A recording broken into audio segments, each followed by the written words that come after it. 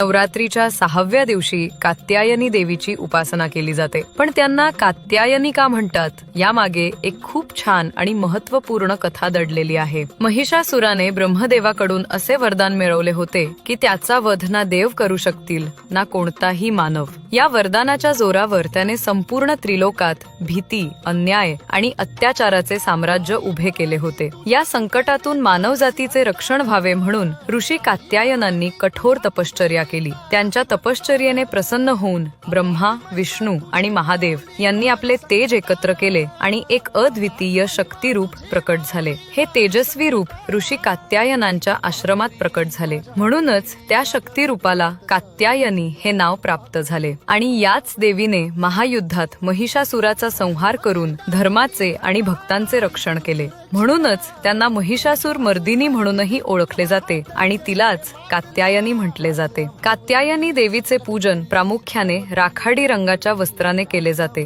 कारण हा रंग शांतता, समतोल आणि स्थैर्याचे प्रतीक मानला जातो. श्रद्धेने त्यांची उपासना केल्यास जीवनात आत्मविश्वास, इच्छाशक्ती आणि विजयाची ताकद संचारते. तसेच योग्य जीवनसाथी प्राप्त होतो आणि मानसिक बळ वाढते.